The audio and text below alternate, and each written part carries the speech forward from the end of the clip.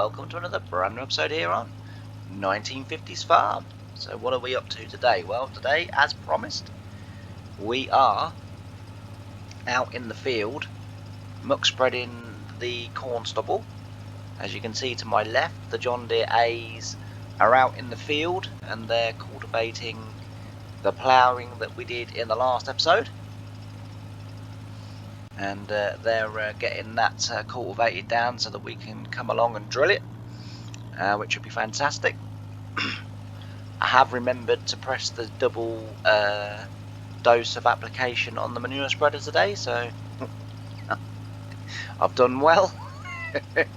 And as I say, the plan today is, as you'll know from the last episode,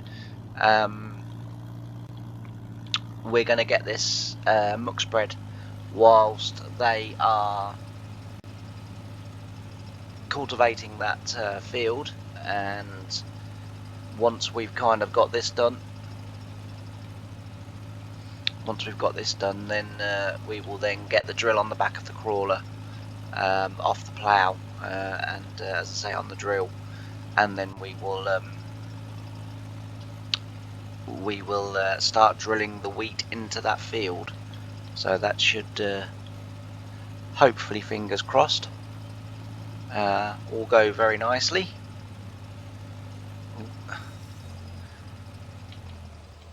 I just covered the yard in poo there, but no one noticed, right? So I hope you're all well, hope you're all doing okay. So the setting up of the 3 tractors on cultivating duties didn't go quite so well. So one's miles ahead of the other 2, but the other 2 are in the field. There is 3 of them, and that will hopefully help to get the job done a bit quicker, he says. But yeah, so there is a bit of a gap between the first 2. That's if the first 2 haven't now collided, because the first one went off. The plan was get on one tractor, set it off, go get the other tractor, get it attached, get the course copied, set it off, go get the third tractor, get it attached, go get the course copied, set it off, so that there was a nice gap between all of them. What happened in reality was that did happen, but when I got the third tractor there, copied the course and about to start him off, I couldn't quite work out why the breed in front of him hadn't already been done, because I had the first one on the right, the second one in the centre, and the third one on the left. That way, when they do the lands, it stops them colliding. So I was thinking, that the ground should have already been worked, and of course what I'd forgotten to do was on the second one, I'd forgotten to put him on first waypoint. So he just started whatever, the nearest waypoint, whichever one he was closest to, and it meant that the last 2, we can now see them coming into the shot there, top left. They've got a little bit closer together, which is a bit, it's not too good, but hopefully they won't collide, and hopefully they won't get tangled up with each other. But yeah, so that was unfortunately my mistake. I'm hoping that the time it takes me to do this field is, oops, that's a bit narrow, is going to be time enough for them to do the headlands and get started on the up and down. What I might do is if I do manage to get all of this field done, what have you, I might just run down to Harry's farm with a load, and we'll just chuck a load of manure onto his field as well, onto one of his fields as well. Even if we just do sort of one load, just do one trip up there and back, it won't be too bad. So it will just mean that when I come to actually do the land, obviously, a breed or 2 will already have been done, so it will help to keep us moving along, which is good. So I also said in yesterday's episode that I've purchased a posh phone, and by posh phone I mean one of these phones that I can have, YouTube on, the internet on, and banking, and yeah, I said banking, and stuff like that. So never before have I had one of these type phones. So I'm quite excited. At the same time, I'm quite daunted by the idea. But this year, if hopefully all works out well now, because as I've said as well, you know, there's a bit of a storm coming, and you know, things might not work out now this year the way I hoped. But if things do, you know, by the grace of God and by some little miracle work out okay, then I would like to get out and about a little bit this year. I would like to, you know, go out and film a few places, have days out and sort of film it and sort of take you along for the ride. You know, not all of it's going to be farming based, I will say that. You know, but some of them will be. And then while I'm out and about and I'm driving, you know, if I happen to see, you know, some tractors working in a field, I can stop, pull over, do a bit of recording or whatever. And because the phone at the moment, with the camera that I've got, I mean, it's a basic phone. I think it cost me like 30 quid, and the camera is about £8 of that 30 quid. It's a bit rubbish, but it's been serving me, you know. All I needed kind of a mobile phone for was texting and ringing, you know, but apparently if I want to do some of the things that I was sort of telling my brother about it, and he was saying, well, if you want to do all that, you're gonna have to get yourself, you know, a posh phone. He said, like, you know, and they're not cheap. And I was like, no, I know. So anyway, we've gone out and we bought one. So I did a really intensive Google search, and it came up with the Samsung S24 Ultra, or the S25, which apparently is the new version of the S24 Ultra. So that's what I've gone for, and the reason I've gone for that is because its streaming capabilities, its camera capabilities, apparently are pretty much, you know, sort of second to none. It was on a equal par with the iPhone 15, I think it was, or 16, I think, the latest iPhone, and also the Google Pixel 9. Now I was tempted with the Google Pixel, but I then sort of kind of did a few, you know, sort of customer reviews reading of it, and everyone said, and all of the sort of tech people on YouTube and that said that if it was camera streaming and stuff like that that you really wanted the phone for, then the S24 Ultra or the S25 Samsung was the way to go. So that's what I've gone for, because then what I'll be able to do is, and I don't know whether you guys are sort of prepared for it or not, and I'll have to get a haircut first. But yeah, sort of when I'm driving to different places and what have you, especially sort of not so much probably places I know. Sorry, not so much places. Hang on, what was I going to say? I've completely forgotten what I was going to say now. So I'll be able to sort of do talky bits to the camera, or talk, you know, for the whole journey or whatever, if I'm going somewhere I know. But if I'm going somewhere that I don't know, then obviously I don't think I'll be able to have the sat nav on and record at the same time.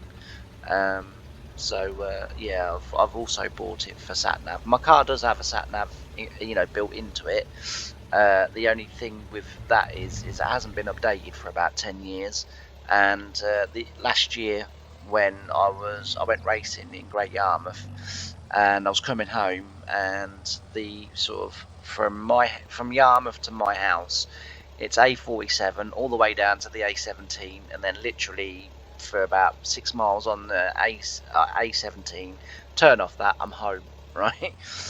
Well, I got to Yarmouth, you know, I got to Yarmouth taking that exact route, the A17 onto the A47, got to Yarmouth, no problem. I was thinking, brilliant, you know, I'll be home in like an hour and a half.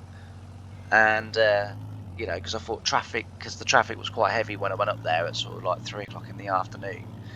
And I went early enough because you got to have fish and chips while you're by the seaside, don't you? You've got to have fish and chips while you're by the seaside. It's law. I'm sorry, it is definitely law that you must have fish and chips whilst you're beside the seaside. Anyway, so I went up there about 3, got there about sort of 4 to 5, got my fish and chips, and I got them from because I got there about 4 to 5, and the traffic was quite bad, and I'd got held up, so I was due to get there for about sort of 4:04. It was Sunday, but that didn't quite work out because traffic was quite bad, and so I didn't get there till 4:45, or racing started at 5, so I didn't have time to go to the seafront and get fish and chips. So I thought, well, I'll go to the stadium, I can buy fish and chips from the stadium. And I thought, they've always looked really nice whenever I've seen anybody else having them, so I thought I'll get them from there, it's not a problem, you know, there'll be time to spare. And anyway, got there, and as it was sort of about 3 races in, there was quite a big crash, and you know, they sort of took a while to repair all the fencing and get the drivers out of the cars, and you know, this, that, and everything else. And so I thought, well, I'm gonna get my tea now. Anyway, I had my tea, beautiful it was. Got in the car coming home, just as we was, you know, the last race was finishing, the man on the tannoy in the stadium comes over and says, anyone hoping to travel down the what is that road called?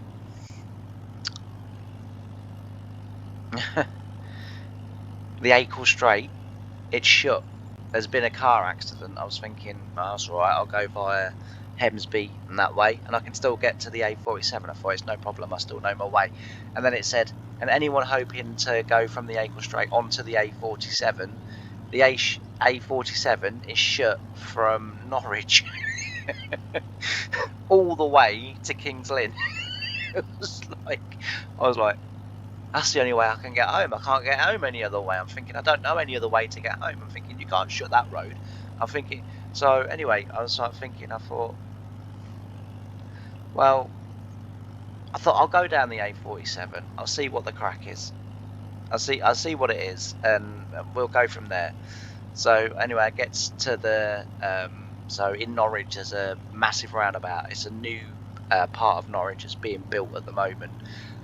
But the road network's open. It's just there's sort of not many buildings and stuff there, because it's currently being developed, sort of the Yarmouth side of Norwich, for anyone that knows it. And I got to the NDR sort of roundabout, and yeah, it just said like road closed, and I was like, and I panicked because I was like, well, I don't know how to get home then, you know.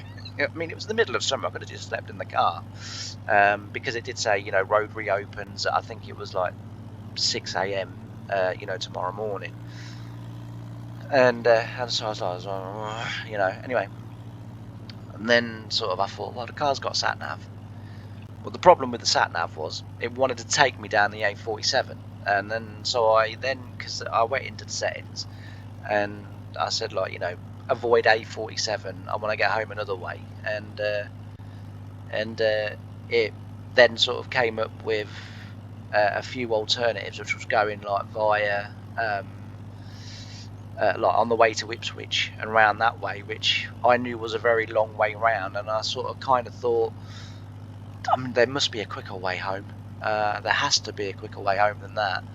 And then I suddenly thought, well, why not head to like the next seaside town along from Yarmouth and cut back across? I was thinking that makes sense. So I got to the NDR roundabout, saw a sign for Cromer, thought, yeah, I'll go down there. I thought Cromer's the right way. If I head to Cromer and then get to Fakenham, I thought I can get home then, because I'll hit King's Lynn. Well, the A47's only shut up to King's Lynn. Well, I won't need to use it to get the other side of King's Lynn. I can go around the back of King's Lynn. I thought, it's no problem, I know that way. So I then sets off, and I thought the sat-nav will catch me up. Like, you know, the sat-nav will kind of figure out where I am and where I'm going, and then sort of pick a route, and it will help me to get there. Anyway, about 2 seconds into the journey, the sat nav just went, "You are currently driving in a field, route network unavailable." I was like, "No, I'm on a road." And then that was when I realised that the sat nav probably needs to be updated. So I accidentally trailed this the straw in this field. Yeah, so that's why there's straw. I was gonna bale it, and then I remembered after I didn't trail that, so I must have remembered when I did the headland, don't trail it, and then I got kind of into the field, I think, going around the last headland, and thought, oh my god, I need to trail this. So I then started to trail up and down. So I tried out a couple of bits of kit in this field that I'm hoping to be able to introduce into the save. But it was kind of successful because it did harvest the crop, but yeah, it won't be making the save, unfortunately. Like I say, whilst it was relatively successful, it wasn't wholly successful. So, but I did try it out. I like the little neat rows of straw that it did. That was a big plus for it. But yeah, as for you know, the actual use and ease of use of the machine, and sort of it, working as well as this on camera, it really didn't. It was very it was quite laggy. There were errors in it, but they weren't, for what I could tell, they weren't game breaking errors. They were just like texture errors and sort of stuff like that. And I thought, well, that's I can live with that. But it made the mod incredibly laggy. And as I say, I did harvest the whole field with it, because sometimes those errors then clear, and then sometimes the lag sort of disappears, but the lag didn't disappear and the errors didn't clear either. So I binned it off. I thought, no, I'm not using that. I can't have that while I'm recording, because it's going to make, if I do time lapse with it, it's going to make it really jumpy, because obviously you're speeding it up. So yeah, I decided to not include the mod in. If I remember at the end, and I'm terrible for remembering at the end, because I get these recorded and then I start editing. Well, editing sort of takes a couple of hours, because I try and do a good job if I can. And by the time I kind of get to the end of editing and get the video sort of then converting, I've forgotten, if I've said I'm going to put some pictures in or whatever, I've forgotten. Then I'll watch the episode back when it goes live on YouTube, and I'm like, I didn't put the bloody pictures in. I tell you how bad it is. The other day I actually wrote down to put the pictures in and still forgot. So yeah, but I'm hoping when I do get my new phone, when I do get used to it, I'm going to go to the first farm that I worked on.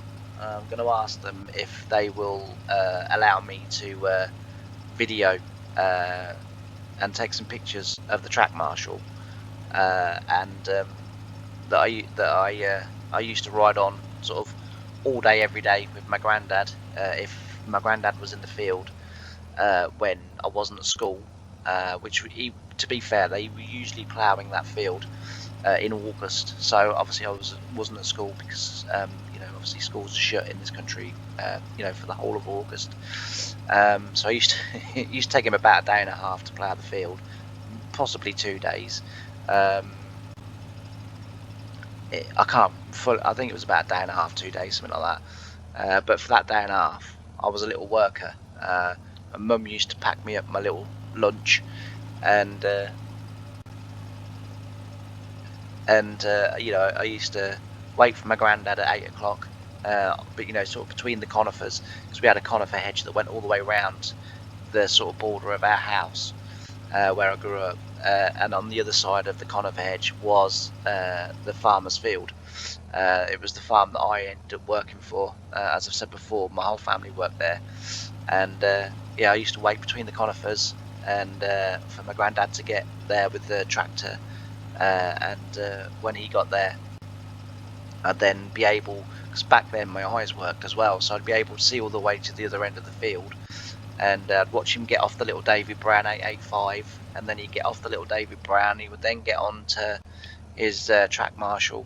They used to leave it out. This is back in the day when you could leave stuff out in the field.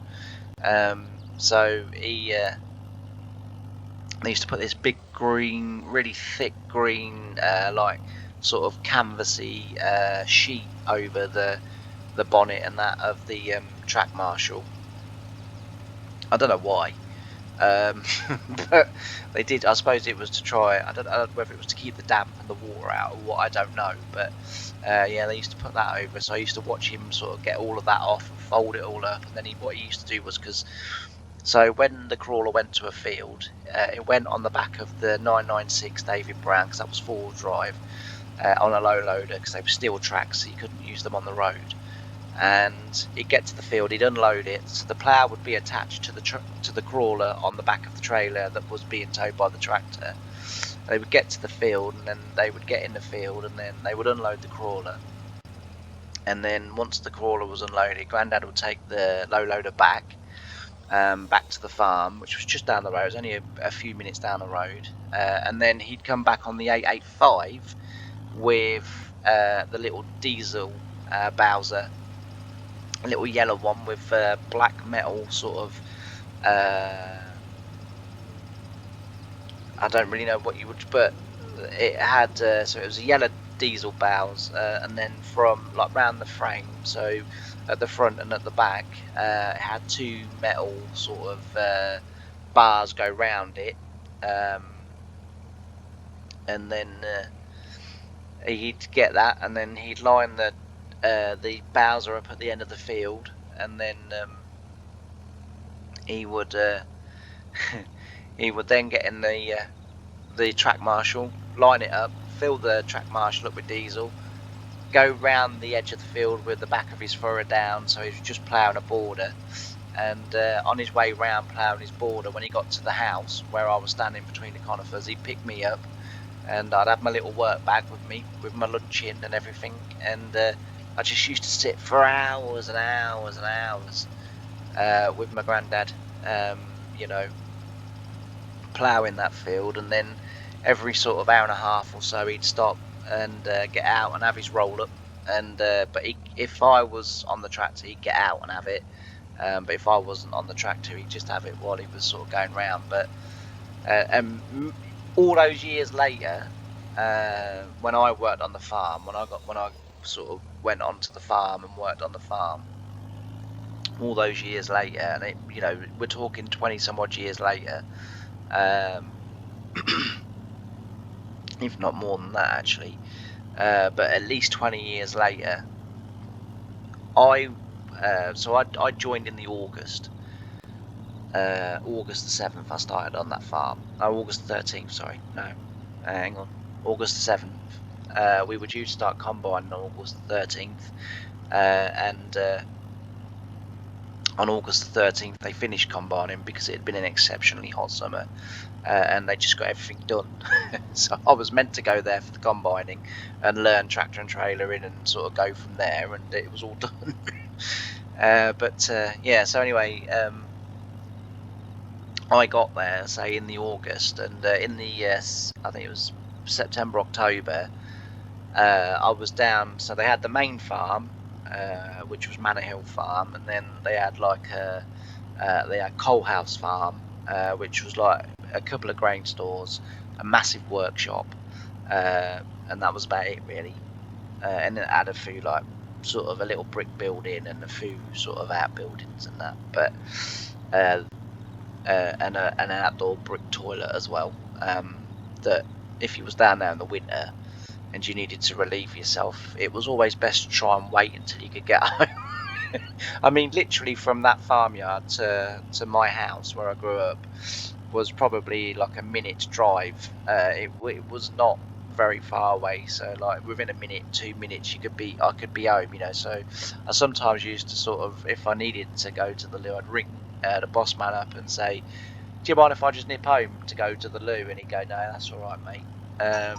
So then that's what I would do, sort of thing, like, you know, I'd sort of go home and and because it was a brick building, but there was holes in the bricks.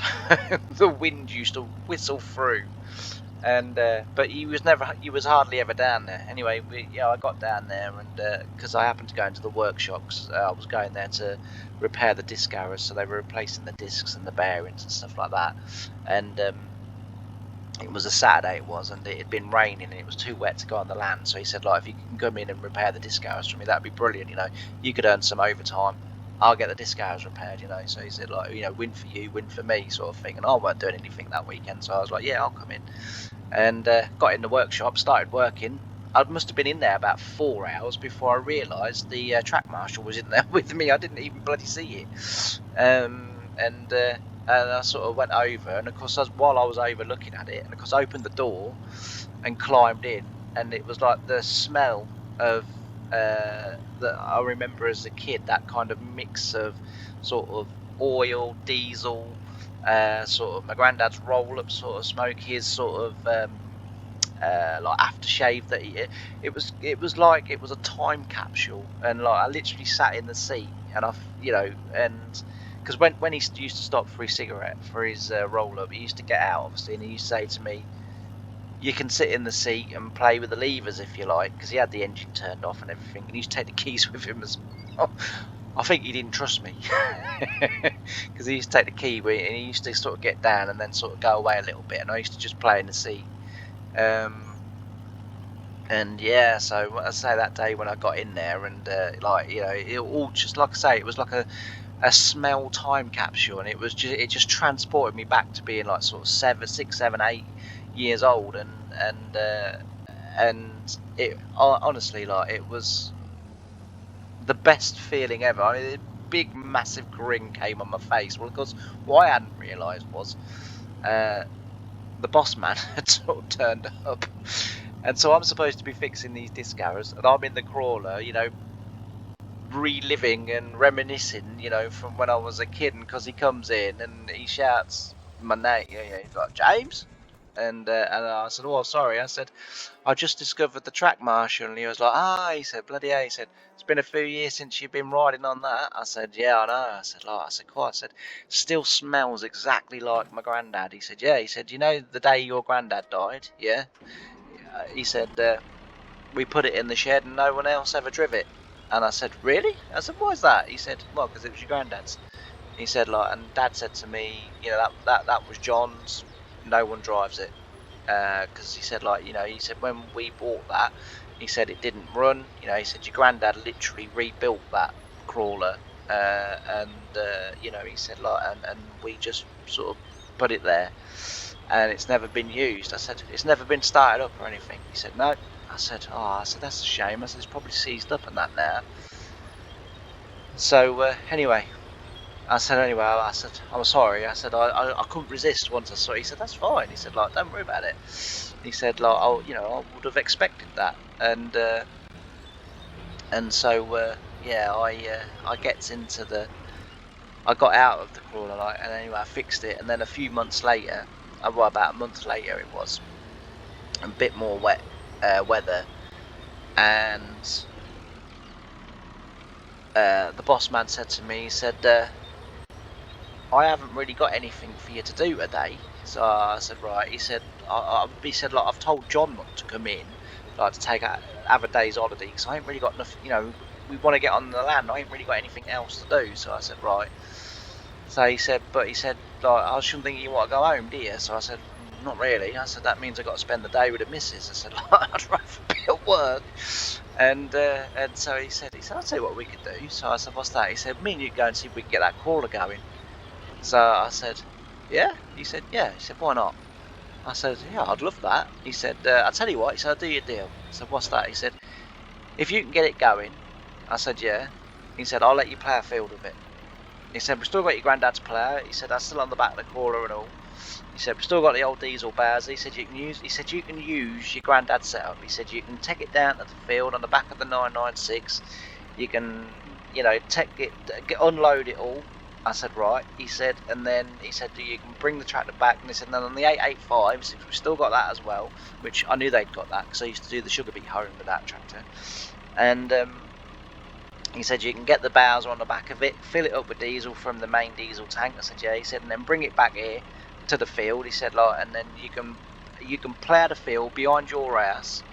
I said right. He said, just as your granddad would have done. He said, but all these years later, you're ploughing it. He said, how about that? He said, I'll do it. If you can get it going. He said that's what I'll do. So I was like, all right, fair enough. He said, so I said to him, I said, it's going to need a new battery. So he said, yeah, I'll get you a battery. So he got me a battery, and I literally, and I kid you not, right, I put the battery on it, and I thought, I'll just try it. I thought, you know, because I thought, probably the diesel's gone funny, or whatever, you know, in it. I don't know nothing about mechanics. I'm not a mechanic. I've said it a million times before, you know, I'm not a mechanic. I'm a driver, and that's it. You know, I can drive tractors, sort of, I think, really well, but I can't repair them. Which is why I love the second farm, because if anything went wrong, I just used to ring the engineer. Like, Derek, I've broken down. All right, mate, I'll come up in the van. Don't worry, don't move. Don't touch nothing either. Wasn't going to touch anything. Just like, yeah, wasn't going to touch anything, Derek. I promise you that much. And anyway, eventually we did. I'll just wait a minute, because I just let them get this little first lands done, and then I can crack on then. What I'll do is I'll probably do up and down, and then I'll do the headland last, which is unusual for me, but I should be able to do that okay. But yeah, so I as I say, I put the battery on and then sort of tried it, and it kind of spluttered to life, but then it stopped again. So in the end, cause I really sort of didn't know, so I took all the fuel lines off, cleaned all them out, blew them out, put them in sort of warm water, let the water run through them, because I thought if there's any gloop in there, the water might push it out or whatever, because like I say, I have no idea what I'm doing. I did all that, I put it all back together, I changed got the fuel pump off, like, you know, 'cause the fuel was like my main kind of place to start, because it had been there for 20 some odd years. You know, you think how cold it had got in there. I know that diesel, you know, if it gets sort of below minus sort of 9, 10, you know, 11 degrees, it starts to go a little bit gloopy and sticky and sort of not very good. And so you know, I sort of tried all that first, and then in the end I did have a little bit of help, because the fan, I don't know quite what had happened, but it was catching the I can't remember if it was the engine or if it was the frame that it was sat in. It was catching that as it was going round, and I had a little bit of help to get that off, as I say, like, but eventually we got it running. It didn't take a lot either, like, as I say, we, you know, changed the fuel pump, changed oil filters, we changed the oil, you know, which, you know, I couldn't really do that until I got the engine started, because I needed the engine to warm up and change the oil. But got the engine sort of started, but it was sort of spluttering really bad, but it was enough to get the oil warm enough so that when I took the plug out, it would just run, you know, it just came straight out. And then, say, replace the filters, replace the oil, replace the diesel, we drained the tank, cleaned all the tank out, in case there was any crap in the bottom of it. And as I say, we did get it going, and they stuck to their word.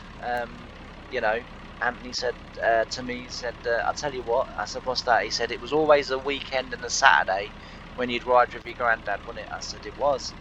And he said, do you want to play out this Saturday? He said, we've left that field specifically. He said, like, you know, do you want to play out this Saturday? So I was like, yeah, I'd love to. And oh, it's fantastic. Like, I had my nan down there, and you know, my nan came and had a look. You know, obviously my mum and dad and that, and a few older boys that had worked on the farm with my granddad and what have you. Even John took time out of his day off with his missus to come down there and have a look. And yeah, I played the field a bit. It was fantastic. It was the best experience of my life, honestly. Like, to think that all those years later, I was doing what my granddad had done, and it was fantastic. But anyway, I've gone on for far too long. This is already 35 minutes long, this video. So I'll cut off now to some time lapse, and we will crack on with some time lapse, and we'll get we'll get as much of this done as we can, and then we'll probably have to do some now in the next video, just because I have gone on so long. But yeah, it was a lovely day, and it was fantastic. but it was a real challenge,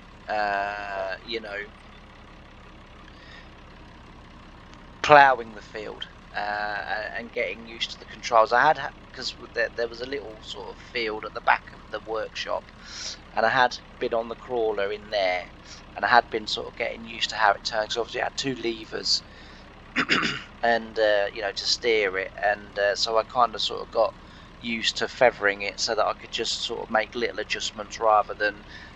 Because what I was doing at first was I was pulling the lever back, and it was sort of trying to spin on a sixpence, and I was like, no, I've got to learn.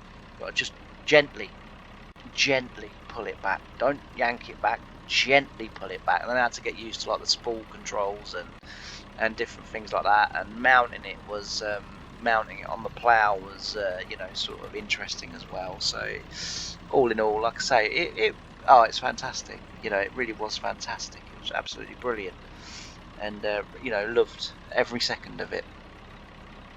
But anyway, we'll crack on with some time lapse, as I say, and then we'll see where we're at when we get to the end of the time lapse.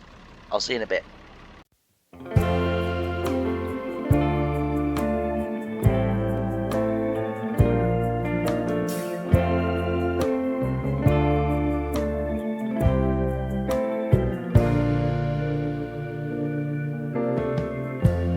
Lighten up, take me on your magic river.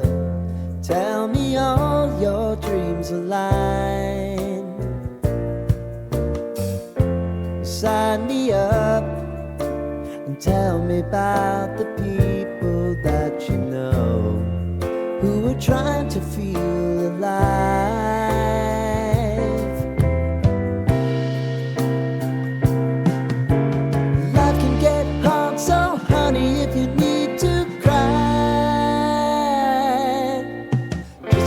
Share my pillow and rain, rain, go away.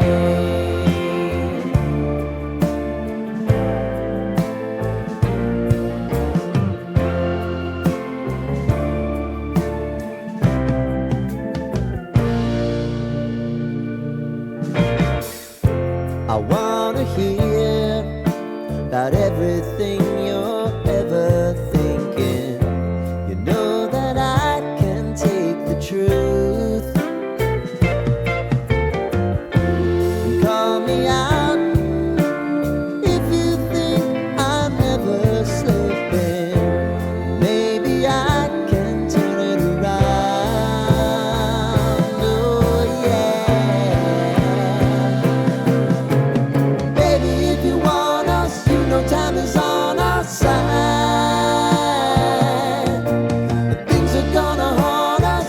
Have to put aside. And I'm right here if you just need to cry. Come love, share my pillow and rain, rain, go away.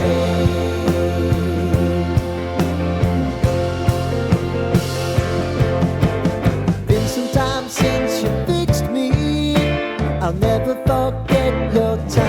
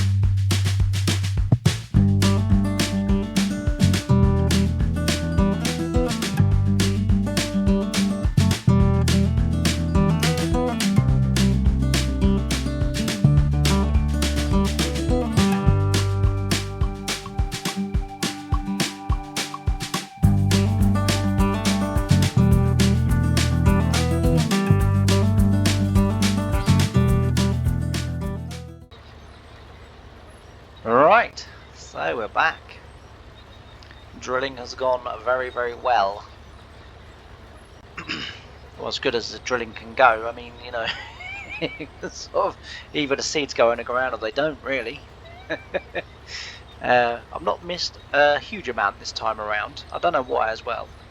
It decided to drill with this texture, but it has. So, and I will be honest, it has made drilling a lot easier because I can actually see the next line. I can see the line that you know, is the guide for the next breed. Whereas normally when it does it without this sort of browny texture, it's very hard to differentiate between the mark that the drill leaves and the mark that the cultivators have left. But yeah, at least I can actually see this, so I'm not grumbling too much, I've got to be honest. And when we roll, that will disappear anyway, so the rolls will get rid of that browny texture anyway, so it won't be too bad. It, you know, it won't show up sort of anymore after we've rolled it. So yeah, I'm sort of fairly okay with it and happy with it. But yeah, it's gone fairly well. We had a little disaster, so the reason why there's a little bit of a jump in where the sort of the bit where it ended, and then I rejoined and I was sort of on another part of the field was so I had my keyboard resting on my knee, and what had happened was the keyboard slipped, and because I sort of, you know, grabbed at it with both hands, managed to catch it before it hit the floor, but what I hadn't realised was that I'd obviously hit the button that you know, meant that I'd hit the button where it switched the recording off. Basically, you know, I hit the Windows button, and the Windows button cancels the recording. So that's why there's a little bit of a gap, and I hadn't realised until I'd sort of started coming a different one. I was like, why isn't that recording? And then it was like, oh, I've run out of memory, and I had a look and had loads of memory left. So I was like, well, I obviously hit the button, and then I sort of remembered, oh yeah, when I dropped the keyboard, I must have caught the button. So that's why. It's a bit of a long-winded explanation, but I'm a long-winded type person, so it makes sense. But yeah, so as I say, we're going good in this field, and it won't take me long. I think it will take me probably another couple of hours or so to drill this field, and then as I say, next episode we'll have the tractors in here rolling. I might get them to roll it off camera while I go off down to Harry's farm, and I'll harvest one of the soybean fields down there, but I will then show the last one, just so that you again don't miss out. But as I say, these episodes are sort of, you know, we have quite a few episodes where we feature harvesting and combining and stuff like that, so you know, I won't clog up, you know, sort of episodes in a row of harvesting, because as I say, I do try to keep it as fresh as I can, but we will endeavour to see what does actually happen. But yeah, as I say, it's going alright in here, and quite pleased with it. And as I say, that texture is definitely making life a bit easier. Especially because at the moment well, I've missed that bit. The sun's coming in through the window, and it's sort of basically I'm sat right up with my eyes pressed against the screen, trying to be able to see. It's not comfortable, but never mind. It's all the good things that happen when the sun's out, and it's nice to see the sun. We saw the sun all day yesterday. It was quite warm yesterday, so it was really nice yesterday. As I say, yesterday was the first day when the heating didn't come on at all yesterday, because it was warm enough to not have it on. So we were very grateful for that, because as everyone knows, the cost of living has now, you know, almost doubled again. So you know, if you get to a day where you don't need to have the heating on, then yes, that's good. Although, to be fair, even this winter we've not really had it on that much, to be honest, because it's just so expensive to run. But yeah, it's always good. Weather's warming up, so we've got some nicer days to look forward to, thank goodness. Anyway, I'm going to end this episode here. It looks as if that tractor's broken down because it hasn't moved now for a few breeds, so I don't know what's happened there, whether it's broken down or quite what's happened. The others seem to be working okay, so I'm guessing there's nothing wrong with the cause. So we'll, although having said that, it's probably run out of fuel, because that tractor does use an extortionate amount of fuel. So that's probably what's happened. So we'll get that going again. Like I say, I'll get this field drilled off camera, and then when we come back again next time, I haven't forgotten about the cows. I will record me doing the cows, but I haven't forgotten about them, because I did say at the end of the last episode that we would also do the cows while they were cultivating in this field. I haven't forgotten about them, but I did kind of sort of think, well, that might be a good video to have, a sort of chatty video, because I can sort of be getting on with loading and carting bales and different things, you know, whilst chatting. So I haven't forgotten. It will be done, and they will be fed, and their health will go back to normal again, which is always very good, especially when you're hoping to get milk. So yeah, anyway, as I say, I'd like to thank you all very much for watching and listening to me talk. I hope you sort of enjoyed the little bit of a story at the beginning of the episode about my granddad and his crawler, and all those years later when I got to use it, which was fantastic. As I say, I hope you enjoyed that, and if you did enjoy it, why not hit that like button, and why not hit subscribe? Most of my videos have got a story in them somewhere, about something that's happened in the past or whatever. As I say, with the new phone, once I get to grips with it, once I get used to it, once I get a car mount, when I'm out on my journeys, and I know where I'm going, I'll be able to sort of sit and talk and just do sort of chatty videos about things that are happening, rather than having maybe the camera on me. I'll have it out the front of the windscreen so that you can actually see where I'm going and what I'm doing, and or if you'd prefer, I can have the camera pointing at me, but I'm not really that interesting to look at, to be fair. But yeah, so hopefully, as I say, if you do enjoy these types of videos, hit that subscribe button, and I'm very very grateful, and you will of course be notified that when I drop a video, which is every day at 3 PM, apart from yesterday, when for some unbeknown reason I have no idea why, I set it to a day later, so I scheduled it for a today. So for you, it went out on the Thursday, but it was scheduled to go out on the Friday.